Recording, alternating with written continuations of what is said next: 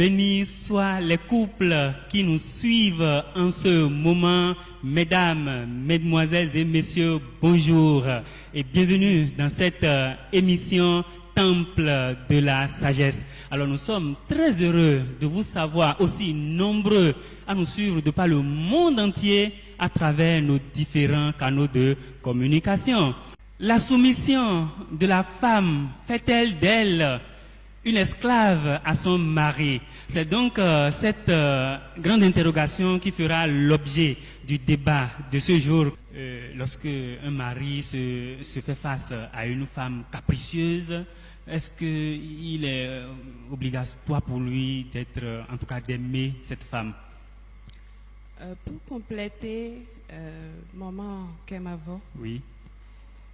je dirais que le mari est le chef du foyer. Le chef du foyer. Le chef du foyer. Donc ça lui donne l'autorité de décider, de décider, même de traiter comme esclave son épouse, c'est ça? Non. Il représente pour la femme Dieu dans le foyer. Merci. Et dans ce sens, il est un enseignant pour la femme. Il est le conducteur du foyer et il est l'enseignant de la femme. Très bien. Ce qu'aujourd'hui, beaucoup de personnes banalisent.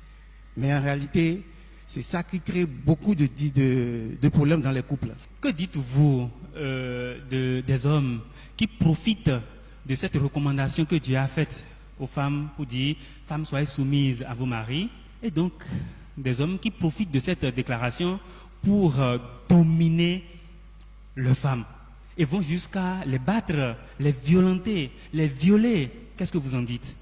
Merci. Et les hommes qui se comportent de cette manière-là, ils ne sont plus en Christ, qu'ils comprennent.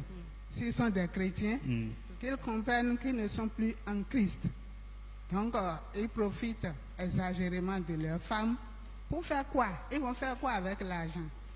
Donc, ils ne respectent plus ainsi la volonté de Dieu qui leur est indiquée de soutenir leurs femmes. J'aimerais passer les phrases d'un couple éminent. Je vais parler de l'ancien président des États-Unis, Barack Obama et son épouse, qui ont dit donc ceci. Michel disait, non, Barack disait ceci: toi derrière moi me donne le courage de continuer sans crainte et de surmonter les obstacles. C'est-à-dire qu'il voit en Michel, son épouse, l'arrière-garde. La femme a vraiment besoin de son mari? Oui, elle a besoin de son mari, En à tout point de vue.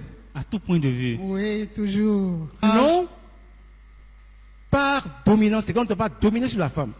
Mais plutôt, mais en étant les modèles du troupeau. c'est le rôle de l'homme, ça. Très bien. C'est l'ascenseur.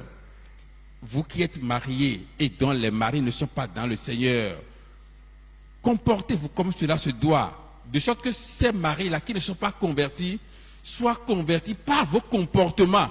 Cela donne une autorité donc à la femme. Regardez bien le jardin d'Éden. Monsieur l'animateur, Oui.